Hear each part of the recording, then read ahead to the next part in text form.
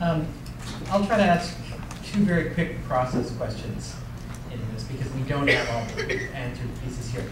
The piece is we hear many times when we listen to a school, an individual school that just makes AYP and we're thrilled about that, they just missed AYP, we're very disheartened about that, and we talk about all those kids that still made it and didn't. On the other half of that, when a school just makes AYP, there's still a tremendous number of kids who haven't done it. As good as Montgomery County is, and I think Mr. Kaufman was accurate describing it in terms of our national reputation, and we deserve that reputation, we still have a tremendous number of students who aren't getting today, with the budgets we have today, what they need.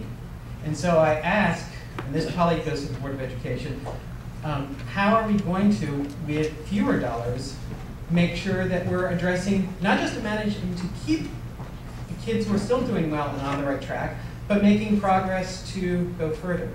The other question, which is about the county council and the Board of Education, to follow with what Mr. Leventhal talked about is the money there?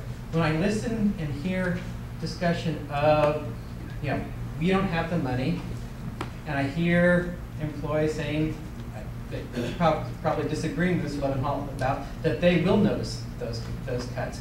I hear two groups sort of in what I think of as a game of chicken to see which is going to go first. But what concerns me, I don't know who's right between those two. I don't really ultimately care as long as that gets resolved. But this feels to me like a game of chicken with two school buses. Because what's really at risk is all these kids who are being used. Ted, is there a question? So I'm asking, how are you going to avoid that process? How are you going to avoid playing chicken? Okay, so what I'm going to ask, and I'm going to maybe employ a verbal buzzer here for 2-minute answers. I need 2 board members to respond to the how do we help people who are still behind in AYP. Anybody want to tackle that? I'm going to start, and I'm hoping somebody's going to chip in. The first things first, the reality of how you help young people to get to their potential is they need the resources of a quality teacher. We need well-trained teachers in those classrooms where those young people are to help move them along. Technology is great. I'm a big advocate, but it means nothing if the person that is using the technology doesn't know how to use it to help the specific problem that that young person has, or to deal with the deficit that they have in whatever area it is. So, reality, it's people. Am I the expert on exactly what to do? No, but that's why we have a superintendent, and we have a very good one. So I will just say that it's not going to happen with less people. That I'm pretty sure. Thank you. Does any other? Well, wait. I'll let council members answer the bus question. But on AYP, I think I just want to quibble a little bit with the question and how it was phrased. First, let me associate myself with Mr. Barclay's remarks, which is a teacher in the classroom interacting with a child is the answer ultimately, and that's the bottom line.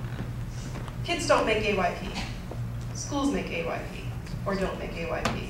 Groups make AYP or don't make AYP, and the N number, I think it's 5.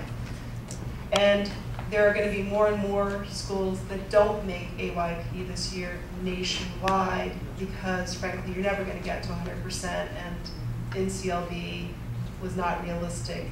And I think that we all acknowledge that as much as it highlights some things, there's going to be a rewrite of that law. And there's going to be a time when we're not talking about making AYP.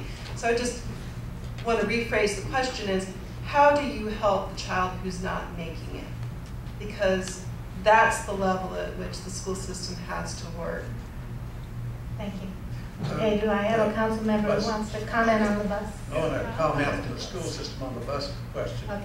After our, last year we got hit with a couple $100 million. You've heard that tonight in May.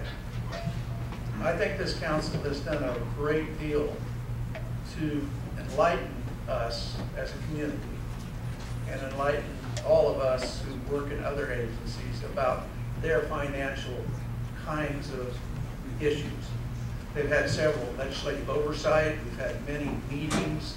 We've convened things that we have all been invited to. And so there's a lot more clarity this year than ever has been before. And we don't want a repeat of the past. We can't, again, it's that predictability. You can't come up that late with that much. And I don't think we'll have it. I think we're all working on the same team this year. Thank you. I just want to say very briefly,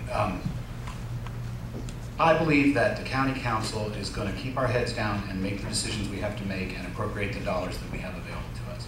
The county council is eager to work with the school system. We appreciate the school system. As I said earlier, we're all parents. And so we're not seeking a confrontation. We're not seeking a game of chicken. We only have the dollars that we will have. As Jerry said, we won't know until the end of the legislative session how many dollars those are. And as many dollars as we can appropriate to the schools, we'll appropriate those. As to whether the school board or the employees or MCC PTA, evokes the heavy weather that we've seen in the past, those are choices of bodies other than the county council. The county council is seeking, a good outcome. When I say that, as I have said and will say, that I think employees are going to end up taking home less in their paychecks in 2012 than they did in 2011, I want to be very clear. I have been a strong advocate for healthy and fair compensation and benefits for many, many years for our workforce. And the good news is that over a number of years compounded, pay and benefits have roughly doubled for the average school system employee over the last 10 years. And so now we're going to see a leveling off and perhaps a slight dip, but we're coming from a base where we work very, very hard with Jerry Lee's leadership and the school board's leadership and the county council and county executives going along to really make pay and benefits for school employees competitive, and they are very competitive now. So, there's going to be some sacrifice, there's going to be some belt tightening, and I think we'll get through it, and if we all resolve to cooperate, we don't need to have a train wreck or a game of chicken. Thank you.